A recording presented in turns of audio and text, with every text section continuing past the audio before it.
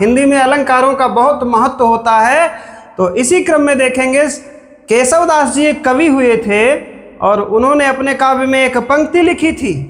वो थी क्या कि भूषण बिना न सोहई कविता वनिता मित्त। कितनी चीजें, किसके बिना, तो बोले भूषण। भूषण क्या है? अरे भैया अलंकार ही तो भूषण है। इसके बिना, किसके, बोले भूषण के बिना, न सोहई, नहीं शोभा देता। कौन कौन? तो बोले कविता, बोले और कुछ, बोले बनिता। बनिता किसको कहते हैं बच्चों?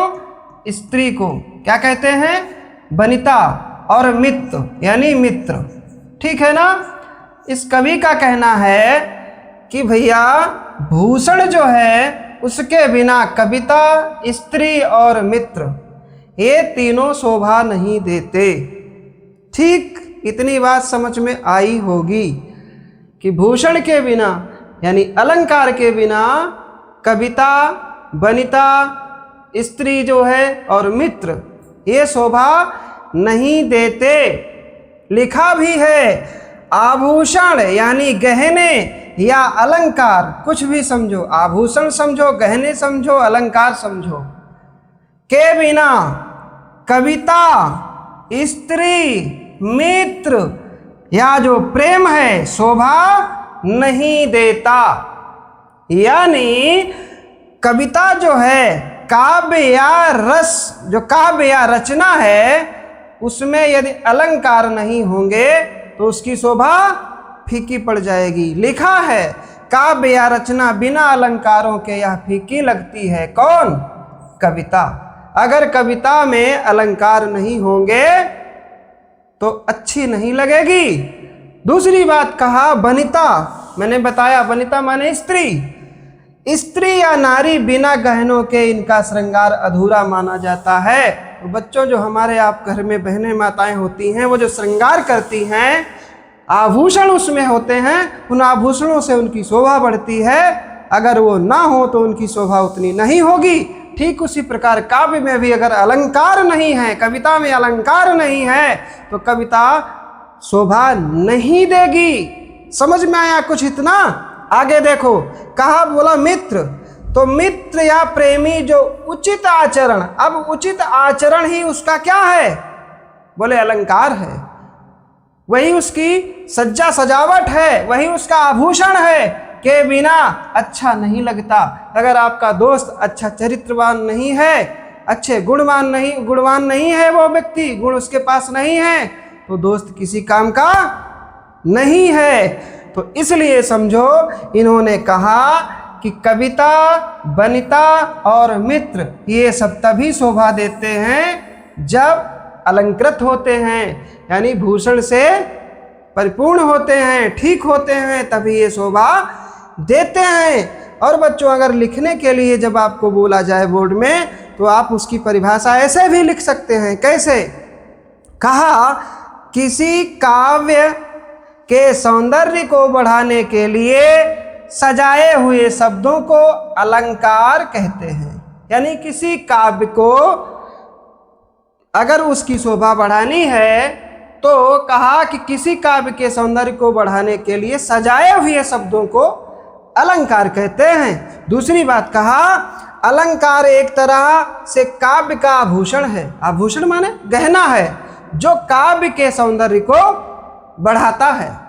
ऐसे आप लिख सकते हैं। और जैसे हमने लिखा है, हमने जो बनाया है, अगर ऐसे लिखेंगे एक भी नंबर की कटौती आपकी नहीं होने जा रही है, मेरी गारंटी है। ऐसे लिखो नंबर पूरे मिलेंगे। चलिए भाई आगे देखते हैं हम। अब बात आती है कि अलंकार होते कितने प्रकार के हैं। अलंकार कितने प्रकार के होते हैं ये समझिए।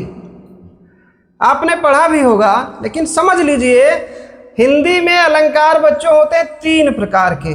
कितने प्रकार के? 3 प्रकार के। एक है शब्दालंकार, दूसरा अर्थालंकार, तीसरा उभयालंकार। यानी जहां शब्दों के कारण काव्य की शोभा बढ़ती है वहां क्या हो गया? शब्दालंकार। लिखा है ना, शब्दों के कारण, ठीक है ना। अगला कहा अर्थालंकार, जहां शब्दों के अर्थ के कारण, किसके कारण? अर्थ के कारण काव्य की शोभा बढ़ती है, वो हो गया अर्थालंकार। और जहां शब्द और अर्थ दोनों के माध्यम से काव्य का सौंदर्य बढ़ता है बच्चों, वही होता है उभयालंकार। क्या होता है? उभयालंकार। अच्छा, एक चीज और जान लीजिए, आपको जो पढ़ने को मिलेगा उसमें सबसे महत्वपूर्ण चीज जो होती है वो होता है शब्दालंकार और अर्थालंकार। जान लीजिए, समझ लीजिए, जो शब्दालंकार है उसमें कौन कौन है और जो अर्थालंकार है उसमें कौन कौन अलंकार है। शब्दालंकार के अंतर्गत आता है अनुप्रास, शब्दालंकार के अंतर्गत आता है यमक, शब्दालंकार के अंतर्गत आता है श्लेष। ठीक, इधर आते हैं अर्थालंकार। इसके हिस्से में आता है उपमा, इसी के हिस्से में है रूपक, इसी के हिस्से में है उत्प्रेक्षा। यानी अगर पूछे शब्दालंकार के अंतर्गत आने वाले कोई 3 अलंकार लिखिए, आप एकदम निसंदेह अनुप्रास, यमक और श्लेष को याद करके लिख सकते हैं। अगर वो पूछता है कि यमक अलंकार किसके अंतर्गत आता है, जवाब आप दे सकते हैं शब्दालंकार। अनुप्रास किसके अंतर्गत है, बोलेंगे शब्दालंकार के अंतर्गत। ठीक वही काम करना है। अर्थालंकार में उपमा, रूपक और उत्प्रेक्षा, पूछ दे उत्प्रेक्षा किसके अंतर्गत है तो बोलेंगे आप अर्थालंकार है ये। ठीक है ना, इतना समझ में आ गया। चलिए आगे बढ़ते हैं हम लोग। अभी तक हम लोग समझे कि अलंकार क्या है, अब हम अलंकार पढ़ेंगे। उसमें आपने देखा था पहला अलंकार था अनुप्रास, तो अब हम पढ़ाएंगे आपको अनुप्रास अलंकार। बच्चों बहुत पूछा जाता है, आपकी परीक्षाओं में ही नहीं पूछा जाता बल्कि जो बड़ी बड़ी परीक्षाएं होती हैं उनमें भी ये पूछा जाता है। तो पढ़िए, अभी से पढ़िए, आगे चल के काम देगा। लिखा है अनुप्रास अलंकार के बारे में। अब बाकी सब भूल जाइए, पीछे का समझ लीजिए थोड़ी देर के लिए। अब इधर आ जाइए, उसको बाद में समझना, यहाँ पे ध्यान दीजिए।